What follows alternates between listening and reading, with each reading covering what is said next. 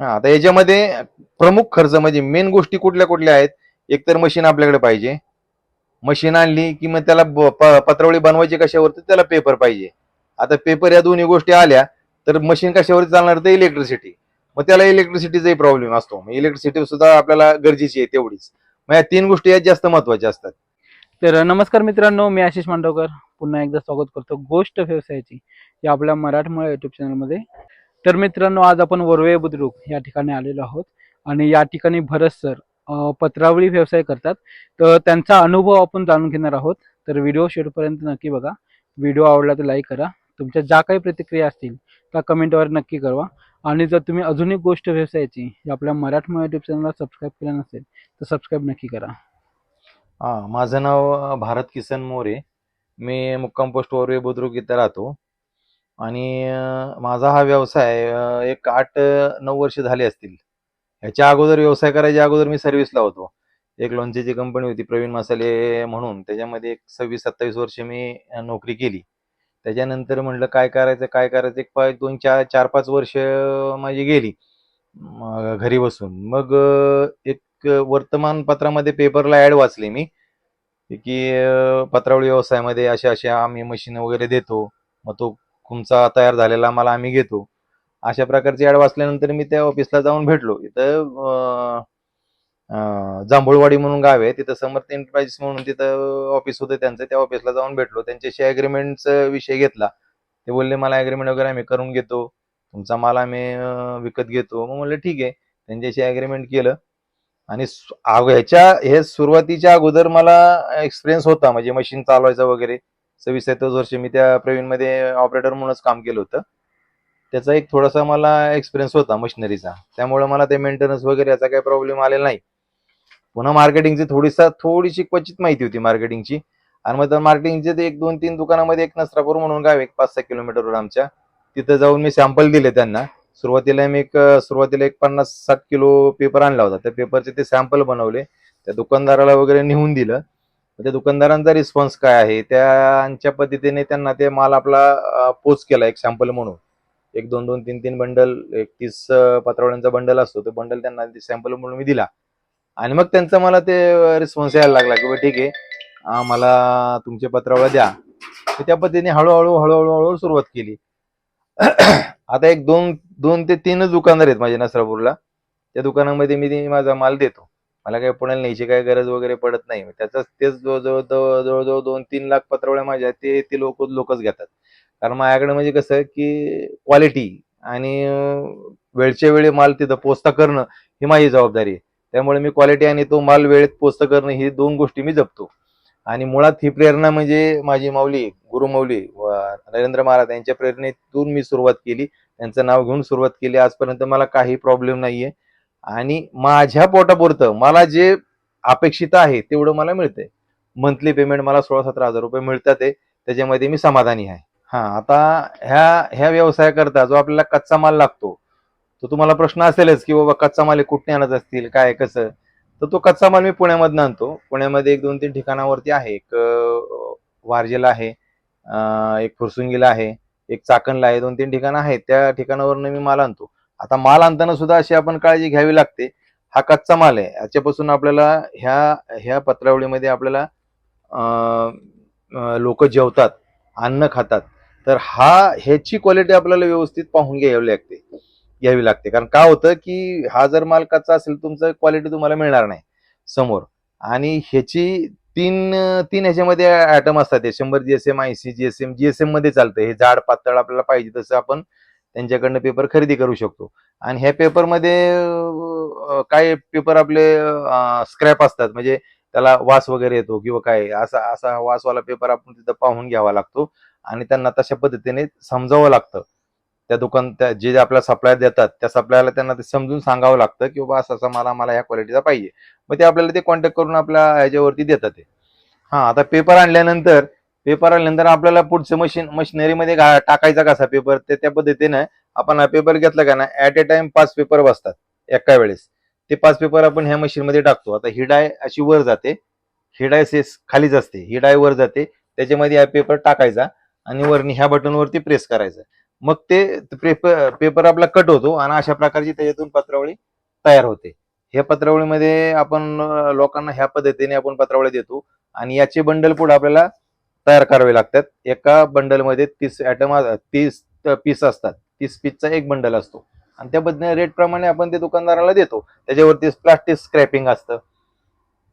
त्या प्लास्टिकच्या स्क्रॅपिंग करून मग एका गोणीमध्ये ते 30 बंडल टाकायचे. मग 900 पत्रावळ्या एका गोणीमध्ये होतात. मग ती गुण आपण दुकानदाराला नेऊन देतो. त्या रेटमध्ये आपल्याला तो पेमेंट करतो. आता ह्या पेपरमध्ये हा सिल्वरचा पेपर आहे.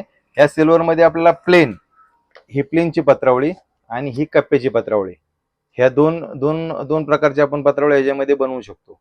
आता ह्याची डाय सेपरेट आहे आणि याची डाय सेपरेट आहे. आता हा 100 GSMचा पेपर आहे.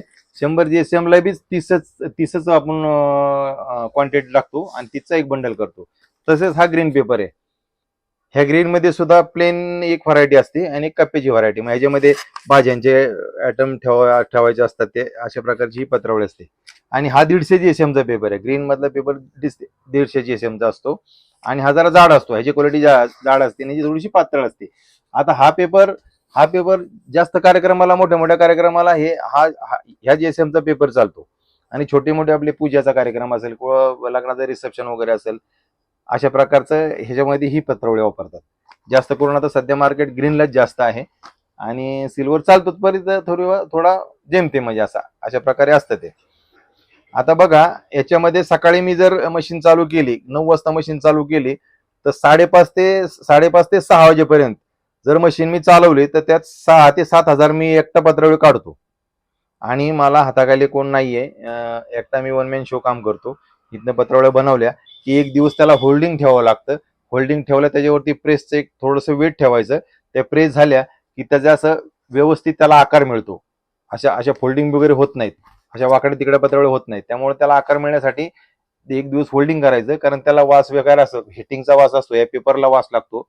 त्याच्यामुळे ते एक दिवस वेटिंगला ठेवायचं आणि दुसऱ्या दिवशी तो पॅकिंगला घ्यायचा. आता हे व्यवसाय सुरू करताना मला भांडवल तर लागणारच होतं आणि शिवाय जागा पण लागणार होती, इलेक्ट्रिसिटी पाहिजे होती. तर ह्या गोष्टी कशा केल्या मी की सुरुवातीला भांडवल आपल्याला किती लागणार आहे काय याचा अंदाज घेतला. तिथं जाऊन मशीनवाल्यांकडे गेलो होतो. त्यांचा अंदाज घेतला कुठपर्यंत मशीन जाईल वगैरे. मग त्यांनी सांगितलं इथपर्यंत मशीन जाईल. मग सोप्यातली सोपी चालवायला कुठली आहे व नॉन मेंटेनन्स, ह्या मशीनला मेंटेनन्स नाहीये. 0 मेंटेनन्स म्हणलं तरी चालेल, कारण ह्याला 2 कॉईल असतात, एवढंच मेंटेनन्स असतो. या बुडल्यात खराब झाल्या तर झाल्या, फक्त या कॉईल खराब होतात, बाकी काही नाही. ह्याच्यामध्ये ऑइल टँक असतो. ऑइल टँक एकदा भरलं की पुन्हा त्याला गरज नसते चेंज करायची, बाकी काही. आणि ही मोटर आहे छोटीशी, बाकी काही तर मेंटेनन्स नाही. त्यामुळे मी ही मशीनची चॉईस केली आणि 65 हजारापर्यंत मशीन जाती. मशीनचं ते मशीन घेतली त्यांच्याकडनं, त्यांना रिक्वेस्ट करून त्यांनी जरा मला थोडंसं प्रोत्साहन दिलं आणि त्यांच्याकडनं मशीन घेतल्यानंतर 65 हजारात मी माझा व्यवसाय चालू केला. ह्याच्यामध्ये एक 100 किलो पहिला पेपर आणला. 100 किलोचे काहीतरी 52-53 रुपये रेट आहे आता सध्या चालू, आणि त्या टायमाला एक 50 रुपये किलोचा रेट होता. मग त्याप्रमाणे 100 किलो एक आणला एक सुरुवातीला आणि 100 किलो मध्ये मग सुरू केला. मग नंतर हळूहळू जसा बिझनेस वाढल तसं मी वाढवत गेलो. मग याच्यामध्ये 1 टन पहिला, मग तर 100 किलो आणतो, नंतर मग 500 किलो आणला, नंतर मग आता 1 टनावरती आलो. मग 1 टन पेपर आणला की मग त्यामध्ये आपली क्वांटिटी वाचते, जरा ट्रान्सपोर्टिंग वगैरे आपल्याला कमी भेटतं त्याच्यामध्ये. मग ते 1 टन पेपर आणतो मी. आता 1 टन पेपरला माझे काहीतरी 55-56 हजार रुपये जातात. त्या क्वांटिटीमध्ये एक महिनाभरात मी काम करतो. 20-22 दिवस तर मला लागतात 1 टन पेपर संपवायला. मग त्याच्यामध्ये पेपर ते संपवतो तेवढा. मग त्यामध्ये 15-16 हजार रुपये मला मंथली मिळून जातात.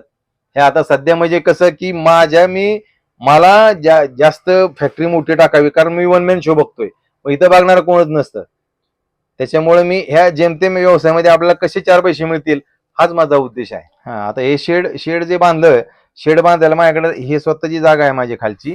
आणि शेड मी बांधल्यानंतर बांधलं. शेड 15x20चं शेड आहे. 15x20च्या शेड मध्ये त्याला पत्रा लागला. मी पत्र्याचे काहीतरी त्यावेळेस बघा 2,000 रुपयाला पान होतं, ते झाड पान टाकलेलं आहे मी ते. आणि हे काहीतरी 700-800 रुपयाला पान आहे. जवळजवळ हे 25 एक पान लागले असतील मला पत्र्याची. ती आणली आणि एक थोडंसं छोटंसं शेड तयार केलं. याच्यामध्ये काहीतरी मला वाटतं 1-1.5 लाख रुपये लागले असतील मला, हे शेड वगैरे बांधायला, पत्र्याचे वगैरे सगळं खर्च, लाईट, इलेक्ट्रिसिटी, त्याचा सगळं मिळून 1-1.5 लाखापर्यंत गेलं ते. आणि मग त्यातून व्यवसाय मी सुरू केला. आता ते पैसे कव्हर होऊन पण माझे नील झालो त्याच्यातून. आता जे काही इन्कम येतं माझा चालू आहे. आता सध्या म्हणजे माझं पॉकेट मनी स्वतःचे मौज मजा त्याच्यामध्ये मी व्यवस्थित सुखी आणि समाधानी आहे. आता याच्यामध्ये प्रमुख खर्च म्हणजे मेन गोष्टी कुठल्या कुठल्या आहेत. एक तर मशीन आपल्याकडे पाहिजे. मशीन आणली की मग त्याला पत्रावळी बनवायची कशावरती, त्याला पेपर पाहिजे. आता पेपर या दोन्ही गोष्टी आल्या तर मशीन कशावरती चालणार, तर इलेक्ट्रिसिटी. मग त्याला इलेक्ट्रिसिटीचाही प्रॉब्लेम असतो. इलेक्ट्रिसिटी सुद्धा आपल्याला गरजेची आहे तेवढीच. मग या 3 गोष्टी यात जास्त महत्वाच्या असतात. आणि 3 गोष्टी आपल्याकडे आल्या की मग आपण ते व्यवसाय सुरू करतो. कारण त्याच्यामध्ये इलेक्ट्रिसिटीचा वेळ जास्त आपला खर्च झाला नाही पाहिजे.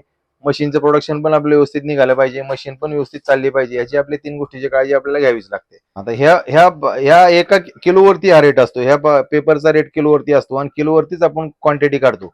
तर एका किलोमध्ये एका पेपरच्या किलोमध्ये एक 74 पीस बसतात. ह्या सिल्वर पेपरचे 74 पीस बसतात. हा 100 जेसनचा पेपर आहे. ह्याच्यामध्ये 74 पीस बसतात. पेपरचा रेट असतो 52 रुपये किलो आणि ह्याच्यामध्ये 74 पीस निघतात. मग 74 वजा 52 जे काही बेनिफिट मिळतं ते आपलं. तसंच हे ग्रीन पेपरचं सुद्धा. ग्रीन पेपरचा आहे 54 रुपये किलोचा रेट. ह्याच्यामध्ये 54 पीस बसतात. मग 54 पीसचे समजा 30 25 बंडल करतो याचे. 30 नाही, 25 बंडल ह्याचे करतो ग्रीनचे आणि 30 पत्रवळ्याचे. तर ह्याच्यामध्ये आपल्याला 2 बंडल निघतात. 25 50 आणि बसतात पत्रवळ्या 54 एका किलोमध्ये. मग ह्याचा रेट जातो 56 रुपयाचा आणि हा 36 रुपयाला एक पॅकेट जातं 25चं. आपण दुकानदाराला देताना मी 36 रुपयाला पॅकेट देतो. मग वरचा बेनिफिट असतो तो आपला. आता हे प्रोडक्शन आपल्याला जर व्यवसायात आपण आहे त्याच्यामुळं हा जा सीझन कसा असतो, तर सीझन असा असतो की पाऊस काळच फक्त 1-2-3 महिने पावसामध्ये पेपर ओलले असतात आणि ते बनवताना जरा प्रॉब्लेम येतात. म्हणजे असं थोडंसं लूज पत्रवळी राहते आणि त्याच्यामुळे ते पत्रवळी सुद्धा आपल्याला बनवता येत नाही व्यवस्थित आणि पावसाळ्या सीझन मध्ये कमीच असतो. कारण लग्नकार्य तिथी नसतात, कुठं पूजा अर्चा नसते, कोणाचे कार्यक्रम पण सेटल नसतात. आणि मग आपण काय करतो की पाऊस एकदा उघडला की थंडी दिवसामध्ये लग्न कार्याच्या तिथी वगैरे असतात. मग त्यांच्या पूजा, मग दुकानदार पण ते त्यांच्या दुकानात माल का ठेवतात, तर पूजा अर्चा असते, कोणाचे कार्यक्रम बी चालू असतात, कोणाचे रिसेप्शन असतात, कोणाचे आणखी काही वेगवेगळ्या संस्थांची मोठमोठ्या सभा वगैरे असतात. तिथं सुद्धा नाश्त्याच्या प्लेट, पत्रावळीचं जेवण वगैरे सगळे घेऊन जातात. त्यामुळं 8 महिने हा सीझन व्यवस्थित चालू असतो. फक्त 3 ते 4 महिने, 4 तर नाही पण 3 महिने थोडासा स्लॅग जातो. त्या पिरियडमध्ये आपला पेपर स्टॉक असला त्या पिरियडमध्ये आपल्या पत्रावळी बनवून ठेवायच्या व्यवस्थित. पण खरेदी करायचा नाही पेपर त्या सीझनला. पावसाळ्या सीझनमध्ये पेपर खरेदी केलात तर पेपर वल्ला असतो, त्याचं गमिंग केलेलं असतं, त्याला ते गमिंग व्यवस्थित सुकलेलं नसतं, त्यामुळे पत्रावळी लूज येते. आता ह्या पत्रावळ्या मी बनवतो तर मी दुकानदाराला वगैरे नेऊन देतोच आहे. जर एका कदाचित कोणाला माझ्याकडनं डायरेक्ट पत्रावळी खरेदी करायच्या असतील तर माझं लोकेशन मोबाईलवरती आहेच. मुक्काम पोस्ट वरवे बुद्रुक, तालुका बोर, जिल्हा पुणे आणि माझा मोबाईल नंबर त्याच्यावरती कॉन्टॅक्ट करू शकता. मी होलसेल रेटमध्ये दुकानदारापेक्षाही होलसेल रेटमध्ये मी तुम्हाला देऊ शकतो. आता रेट ह्याचे सुद्धा उतरू शकतात, चढू शकतात, कारण मला पेपर जसा मार्केटमध्ये मिळतो तसा मी पेपर रेट त्या रेटमध्ये थोडंफार म्हणजे अगदीच एक 50 पैसे किंवा 1 रुपया 2 रुपये बस, ह्याच्या पलीकडे जास्त रेट वाढत नाही त्याचे. पण तेवढ्या रेटमध्ये मी समोरच्या व्यक्तीला देऊ शकतो आणि होलसेल रेटमध्ये. आता होलसेल रेटमध्ये म्हणजे कसं की जो मी दुकानदाराला देतो त्या रेटमध्ये समोरच्या कस्टमरला मी देणार आणि त्यांनी खरेदी करताना सुद्धा एकदम 15 पोती, 20 पोती, 10 पोती असं जर खरेदी केलं तर समोरच्या व्यक्तीला त्याचं काम होऊन जातं आणि माझा माल उठला जातोय. आणि त्याच्यामध्ये ह्या रेटमध्ये आपल्याला ही ग्रीन मध्ये सुद्धा आपल्याला ह्या अशा प्रकारच्या पत्रावळ्या मिळतील. ग्रीन मध्ये हा एक प्रकार आहे आणि सिल्वर मध्ये असा एक प्रकार आहे आणि असा. ह्या 2 प्रकारच्या पत्रावळ्या आपल्याकडे मिळतात आणि फक्त पत्रावळीचाच व्यवसाय माझा आहे, त्यामुळे पत्रावळीच मी तुम्हाला होलसेल रेटमध्ये मी देऊ शकतो.